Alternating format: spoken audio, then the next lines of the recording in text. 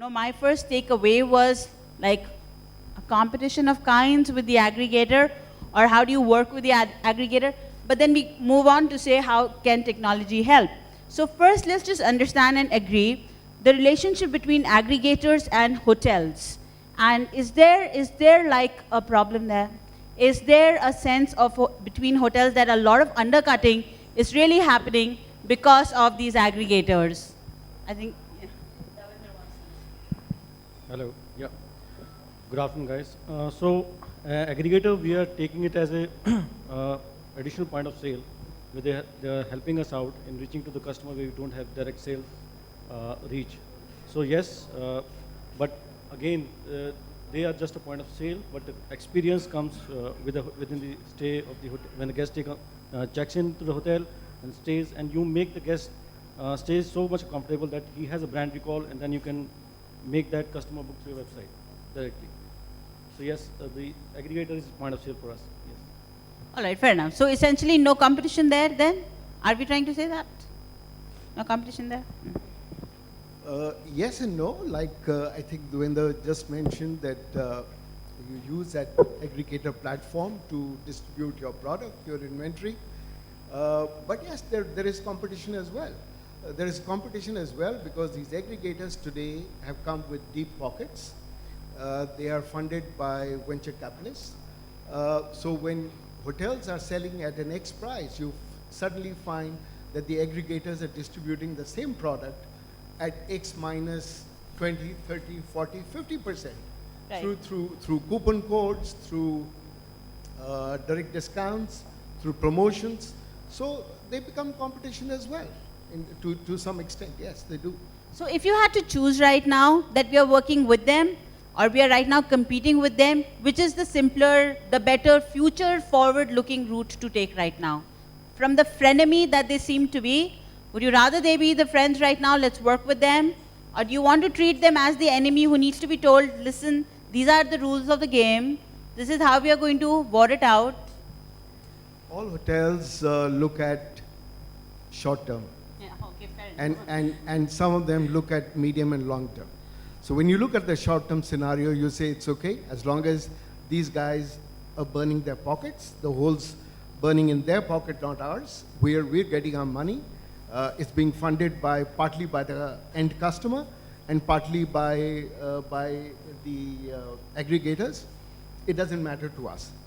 We also realize that I think it's only a matter of time when all the funds that they're getting would burn out. So it's, then therefore these guys would be on a platform where you would be fighting on equal wavelength. So when that happens, I think the hotels will clearly have an edge. So you would regain your lost stance. Perfect. So the entire focus of this discussion now, that pretty much sets the tone of our conversation. We are going to focus now, how can hotels work better with aggregators or any other form of tech providers who could be competition. In the beginning of Ronnie's presentation, he was asking, are you comfortable sleeping in a stranger's house? Now, of course, we're not comfortable sleeping in a stranger's house, but the moment you take that conversation to Airbnb, you are comfortable. I mean, most of my travel right now is Airbnb because it's really okay. These are verified people.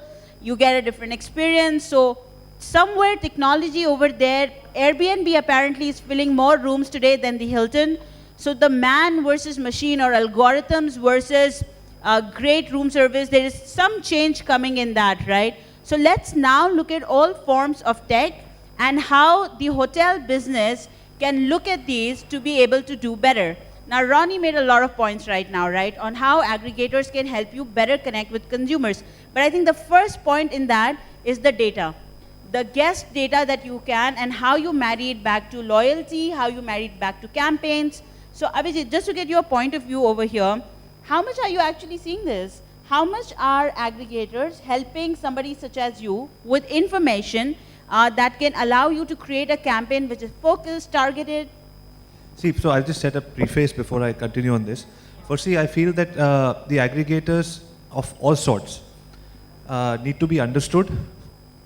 Make My Trip and these kind of OTAs, when they came to India, there were similar debates that were happening. Are they going to take over? What should we do? How should we fight them? Are they competition? Are they frenemies?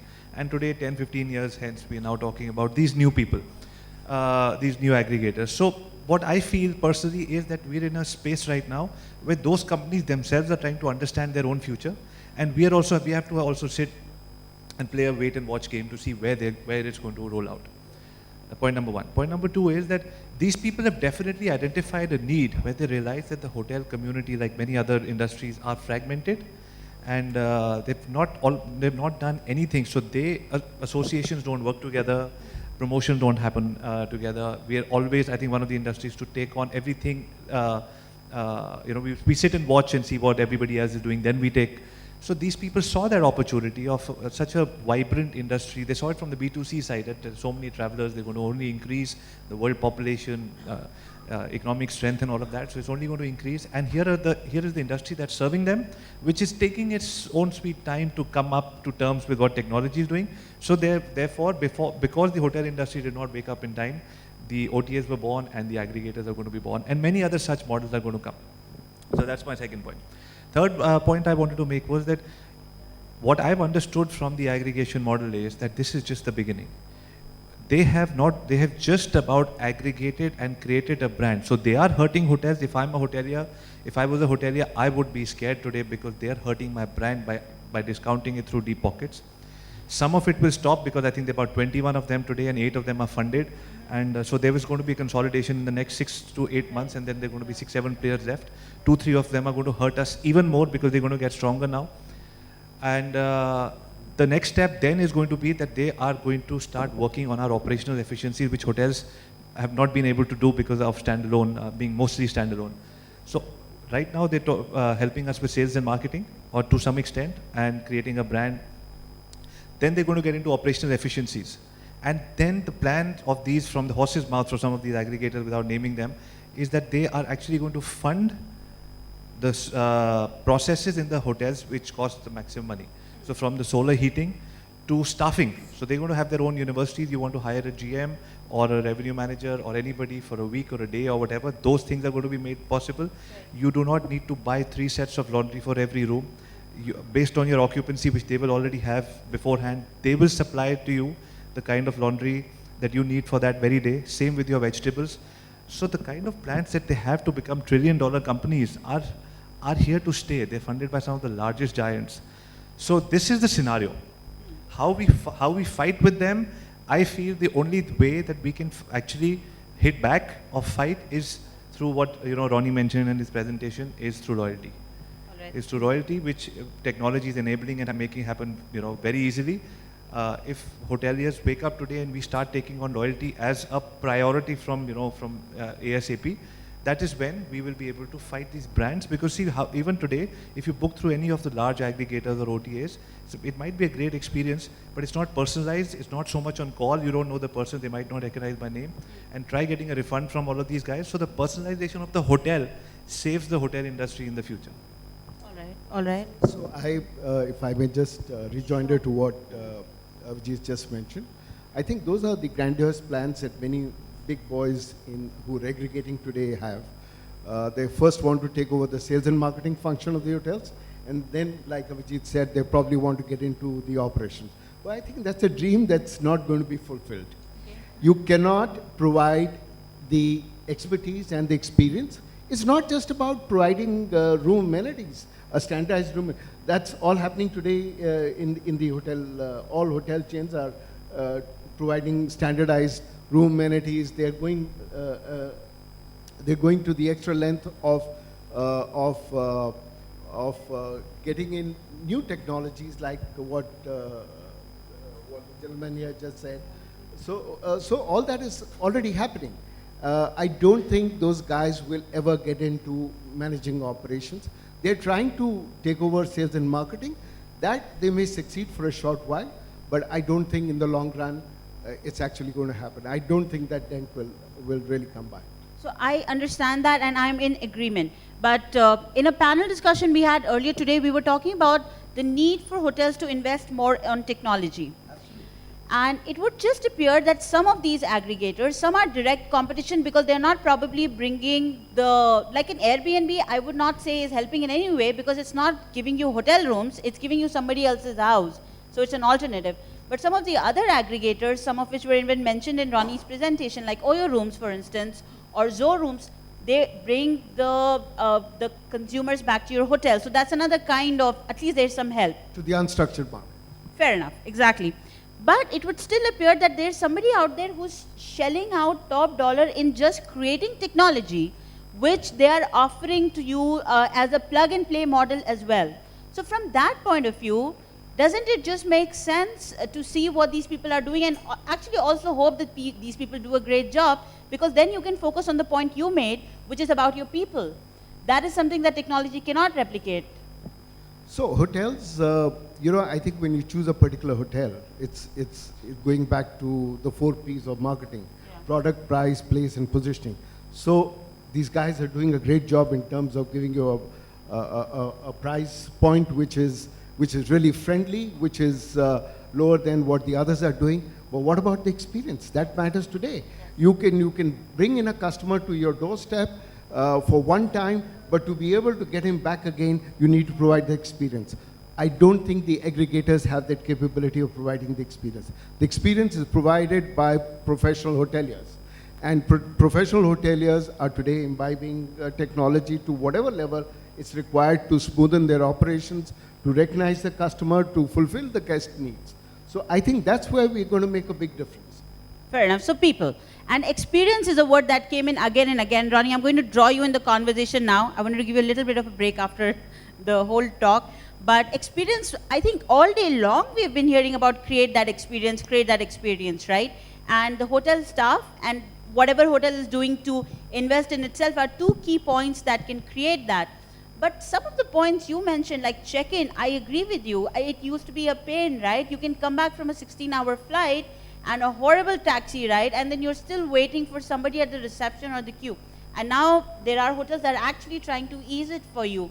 So apart from that, in terms of experience, if you put your aggregator hat on, if you had to think from that point of view right now, from an aggregator's point of view, what are some of the other things that you're working on? What are some of the other things that that can be pointed out to enhance experience or help hoteliers in improving the experience they are creating? See, it's extremely important that once the guest walks into the door. Can I ask them if they can hear you? Can you hear Ronnie? Just keep it close to you. Okay, it's extremely important that once the guest walks in to your hotel, to make him feel differently. And we all know that the same hotel brands using the same pieces of technology, all right, across the world in different locations gives a different experience to different guests. Yeah, I walk into a hotel, I'm not naming any brand, I walk into a hotel and I expect that everything would be at the same level, which is across another place with the same brand, but it doesn't happen. So that's why technology is extremely important. Yeah. And what is important is that entire guest experience, it starts at the time, even before he is booked. So even before he becomes your customer, he should have that experience. And that is some of the things that we are working on, right? That's why my second question to this audience was, how many of you will make a buying decision based on a stranger's recommendation? But that's happening all the time. Look at... So TripAdvisor is basically all strangers advising us what to do. Yeah. Strangers' recommendation. We are taking business decisions based on that, right? True. Yeah. And so it is extremely important that technology provides the hotelier with actionable items. Only then can the hotelier take an appropriate action. That's a good sentiment, actually. So for hotel to somehow compete with the aggregators is need automation, definitely, yes. With data integrity in place, data quality in place, you need to segment the customer, you need to send individual email with offers to drive business through that, to build that loyalty. So you have to have the special promo codes to drive corporates or some promotional activities. You can do social media. You can do call center, can drive a business to your hotel directly. So there are times when guest looks at the hotel on the Expedia or on the hotel website, they still try to call you on the call centers. So that's another conversion you can do offline, where the guest is trying to negotiate. And yes, the payment integration has to be there to convert a sale on your website. Otherwise, Right. Yeah. So the Your point of automation then, Yeah, most of automation, these yeah. things, yeah. And then once you do that, you can go back to focusing on the talent that you have in your company. Both Mr. Kalra and Devinder, give me some points that you wish that aggregators did. So there are a lot of things that they're already doing, but keeping our conversation on creating that experience, is there anything that you wished these guys did that helped you in creating that experience or connecting better with your consumers? I wish I could give you an answer to that, but I strongly believe that aggregators will never be able to provide the experience that a guest wants. Sure. Not to the extent that the hoteliers do. Right. Hoteliers today are sitting on a host of data which really maps down what is it that the guest wants. What are his preferences? What are his sore points? What are his touch points? What are his, what is it that drives that customer to come back to your hotel again and again? That personalization.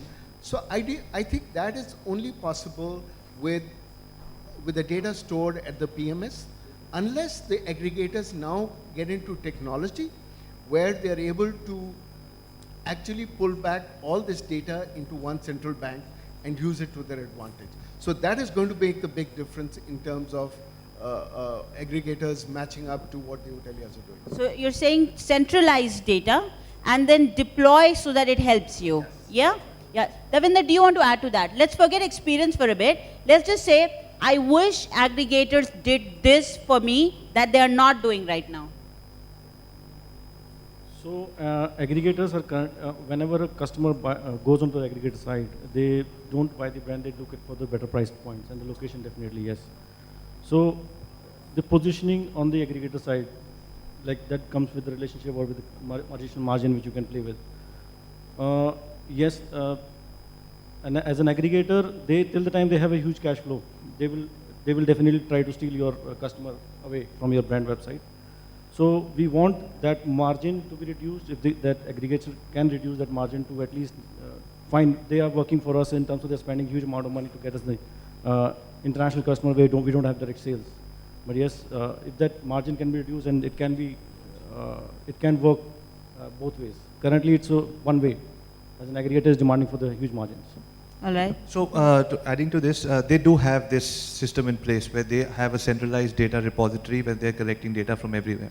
Because the slight difference between the point that was made was that we're talking about aggregators helping unstructured, single, standalone guest houses and bed and breakfast, and not really chains. From the chain perspective, I completely understand the point of view that was made by both the chains. But from a single hotel owner perspective, from a small guest house, bread and breakfast perspective, those people are really making a dent, and they're centralizing data, and the things that every large hotel chain would want is already happening with them if you take them as maybe the largest chain in the country.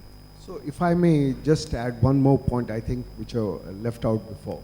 I think where the aggregators can make a big difference is in terms of reputation management. At the end of it, the customer is going to come back to you only if his feedback is properly addressed, if his concerns are addressed, and I think that is really the answer in terms of repeat usage. All right, perfect. Reputation management and data, more data. Let's talk data, right? Now, before I make them speak a little bit more about data, because really that's the biggest trend technology brings today. Why don't we take the question? Can we get a mic over there?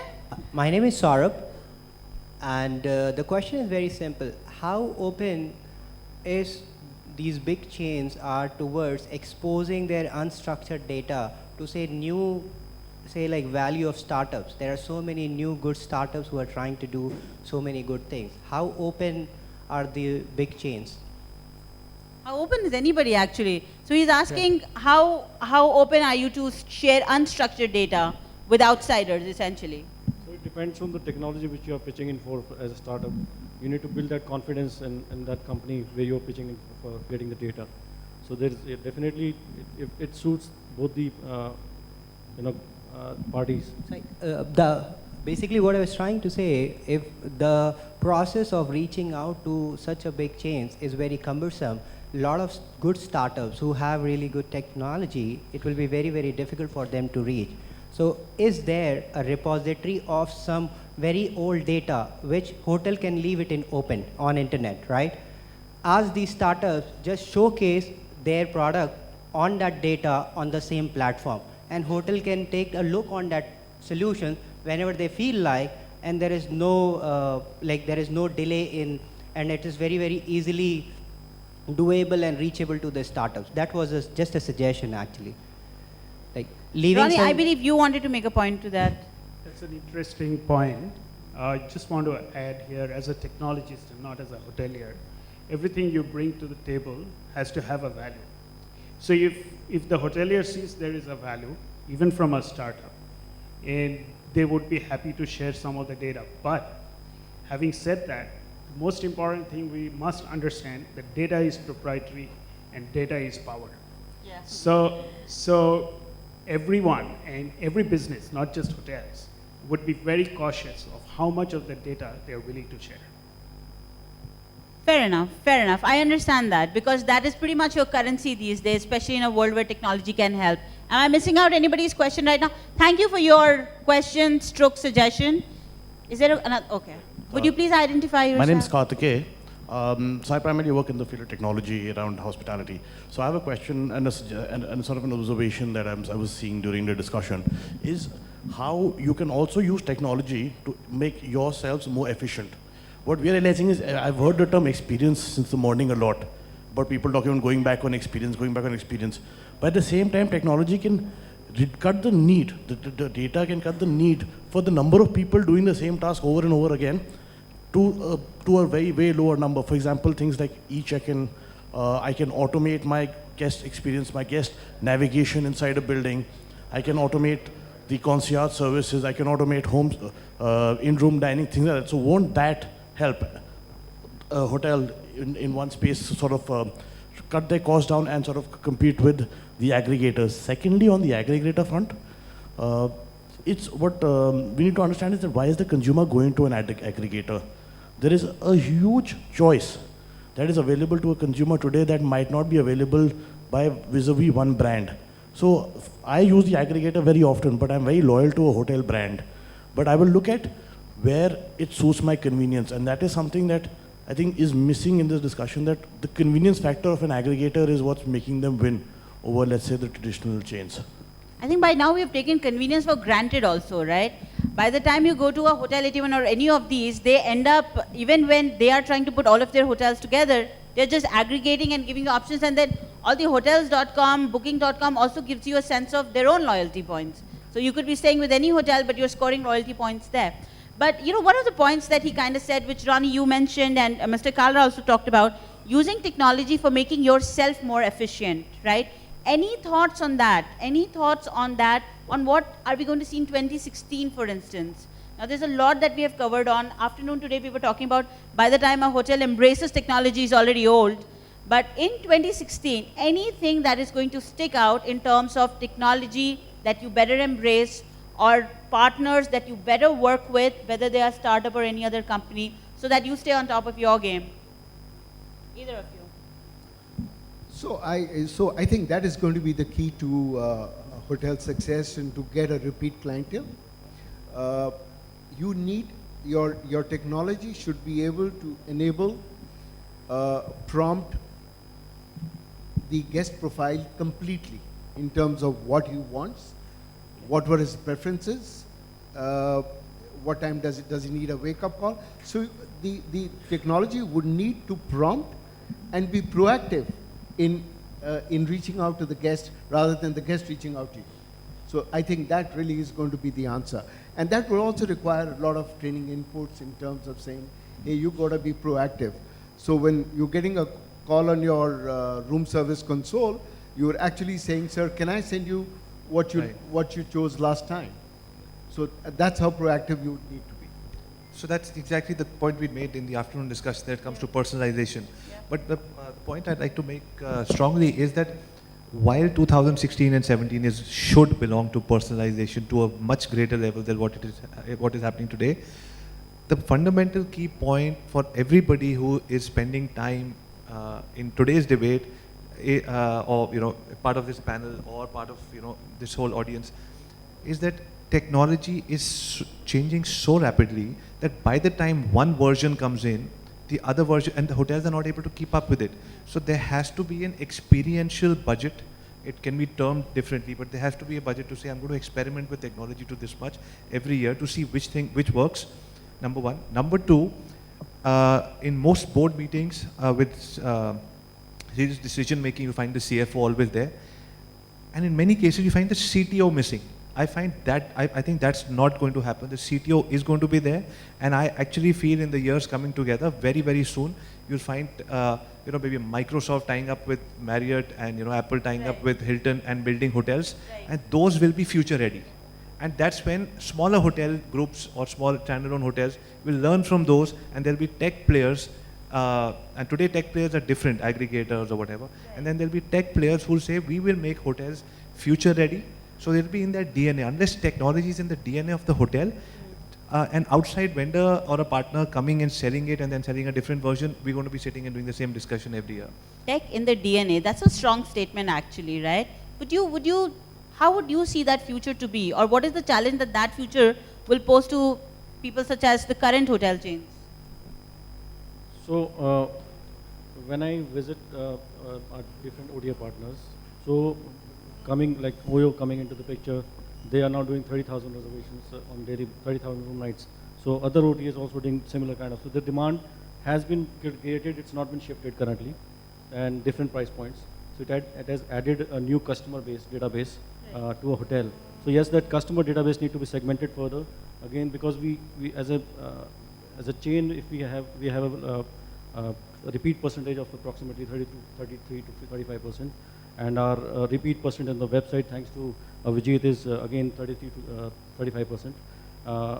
So we need to make that customer, the new customer which has come through the demand, again make them loyal. So that will be the challenge.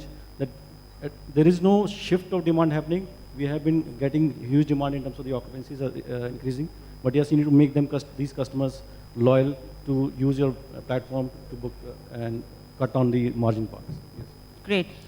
So going forward, I think 2016 hoteliers also will have to introspect and to realign in terms of manpower structuring. Right. So offline would really need, you need to realign from offline to online in terms of manpower spacing. You need to realign your offline marketing spends to online. So a lot of that money that you're going to set aside in terms of your war chest would actually be on digital initiatives than from the traditional methods that you've been following. Perfect. Thank you for saying that, Mr. Kalra. I think that's the best way to end this session. I'm sorry we're off time, so cannot take any more questions. But I think that advice that for 2016, introspect how you realign and align your internal resources, your manpower, or anything else that's your strength to become a bigger strength in 2016 is something that we should go back with. I would request everybody to please give a very loud round of applause for this panel as we thank them. Thank you, all of you. And